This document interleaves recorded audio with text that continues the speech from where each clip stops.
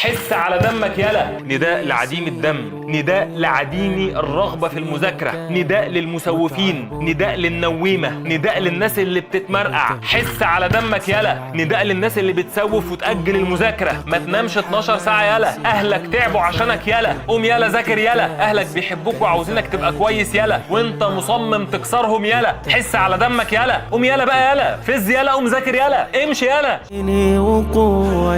طيب كفى تهزيء، نرجع لعقلنا. الناس اللي كانت تدلع بس عاوزه وقفه كده وعاوزه شويه عنف. طيب 50 يوم وتخلص الحكايه ثالثه سنه. 50 يوم ومنكم اللي هيحقق حلمه وهيوصل لحاجه كبيره قوي قوي قوي، ومنكم اللي للاسف مش هيوصل لاي حاجه. 50 يوم وتخلص اطول واصعب سنه في حياتك. 50 يوم بس وتخلص اصعب قصه هتحكيها في حياتك لما تكبر. 50 يوم بس وتتغير حياتك بالكامل. فيما هو قادم انه سيمر سريعا، فتحمل وتجلد واجتهد واصبر واتقن عملك يا صديقي الجميل، ترى باذن الله ما يسرك. طيب حاجات لازم تاخد بالك منها وتنفذها الفتره اللي جايه. الكلام ده من واقع تجربتكم انتم، من شكاويكم انتم، فالكلام ده هتلاقيه بيحصل معاك بالحرف، وانا هقول لك على الحل. اولا ما تجوش على ماده على حساب ماده ثانيه. انا كنت في السنتر الاسبوع اللي فات، فكان عندنا مراجعه الدي ان ايه بالكامل، وانا متعود ان الشباب بيجوا مذاكرين، بيقرا المحاضره قبل ما يجي، فيبقى قاعد مستمتع وبيتكلم معايا وبيجيب الاسئله الصعبه. فانا لاحظت ان الشباب ما بتتكلمش، حتى الناس الشاطره كده يعني في عينهم اي كونتاكت، مفيش حد عاوز يقول. عارف انت لما احس ان الطالب كده اقول، بحس ان الطالب عايز يقول، محدش عايز يتكلم، محدش عاوز يبادر بالكلام معايا، محدش عايز ينطق، خايفين يبصوا في عينيا عشان لو سالتهم خايفين يجاوبوا. فسالتهم انتوا مالكم النهارده؟ قالوا لي يا دكتور اتزنقنا في المحاضرات العربيه. فكان يعني رد فعلي صراحه غشيم حبتين وثرت عليهم، اللي هو يعني في ماده اهم من ماده ثانيه؟ بالعكس كل المواد مهمه وكل الدرجات هي درجات، والدرجه في العربي زي الدرجه في الاحياء يا صديقي الجميل، بل ان في مواد اصلا محتاجه منك مجهود اكتر بكتير من مواد ثانيه. هقول لك تعمل ايه بالتفصيل لماده، ولكن ما تجيش على ماده على حساب ماده ثانيه. هقول لكم على خطه محترمه جدا جدا تمشوا بيها الفتره اللي جايه لحد ما شهر 5 على الاقل يخلص، لان شهر 5 اللي احنا فيه ده يعني الناس كلها دايسه بنزين على الاخر، وكل المدرسين بتنزل محاضرات بال10 ساعات. فازاي توازن بين المواد بتاعتك؟ ركز معايا، عندك كام ماده؟ 5 مواد: عربي، انجليزي، فيزياء، كيمياء، احياء وجيولوجيا. ماده واحده خلاص.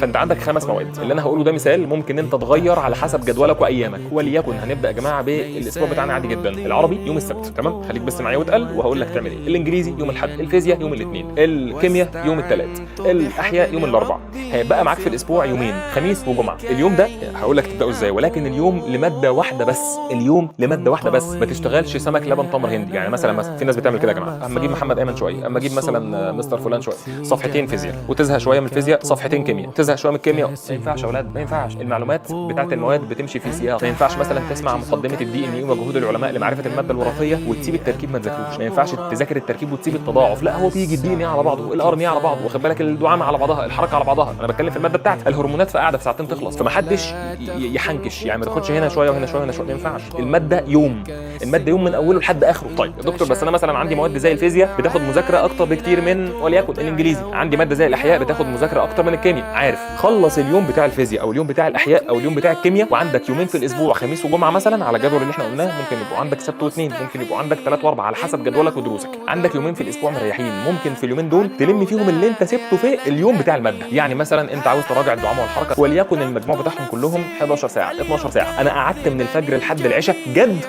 هتخلصه. طيب دكتور فاضل لي 3 ساعات، يبقى في اليومين اللي انت ريحت فيهم، مش ريحت، اليومين اللي انت سايبهم من غير مواد، اليومين اللي مش مربوطين بمواد، يبقى انت هتربط 5 ايام بالخمس مواد، وهتسيب يومين مش مربوطين بمواد. طبعا لو انت ازهر وعندك 23 ماده فكان الله في العون، انت محتاج دعوات بس يا صديقي الجميل. كل الناس تدعي للازهر في الكومنتات. احنا عندنا 5 مواد وبنصيح، تخيل الازهر اللي عنده حاجه 20 ماده، فكان الله في العون يا اخي. احنا ما عندناش دم والله، يعني اللي في عنده بيصيح بجد ما عندوش دم. ربنا يا رب يكون في عون اخواتنا الازهريين، عشان بس احنا مش ناسيينكم، بس انتوا ابطال وقدها والله. شد بس ربنا معاك. نرجع تاني، احنا كعام مقسمين ايامنا 5 ايام على ال5 مواد. اتبقى معايا زيول من الماده بتاعتي في يوم معين، هسيب الزيل ده، مش هخش على اليوم اللي بعده، مش هاجي على الماده اللي بعدها.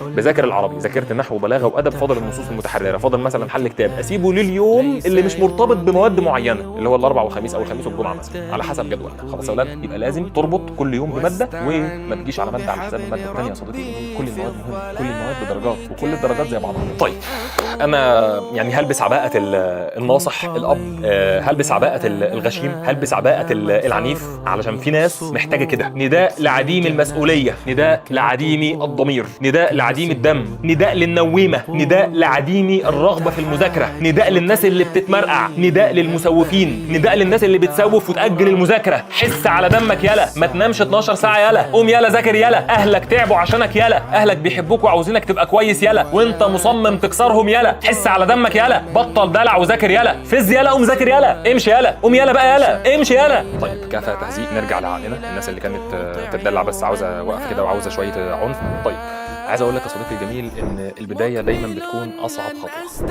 وعايز اقول لك السعي قرار، والنجاح قرار، والفشل برضه قرار.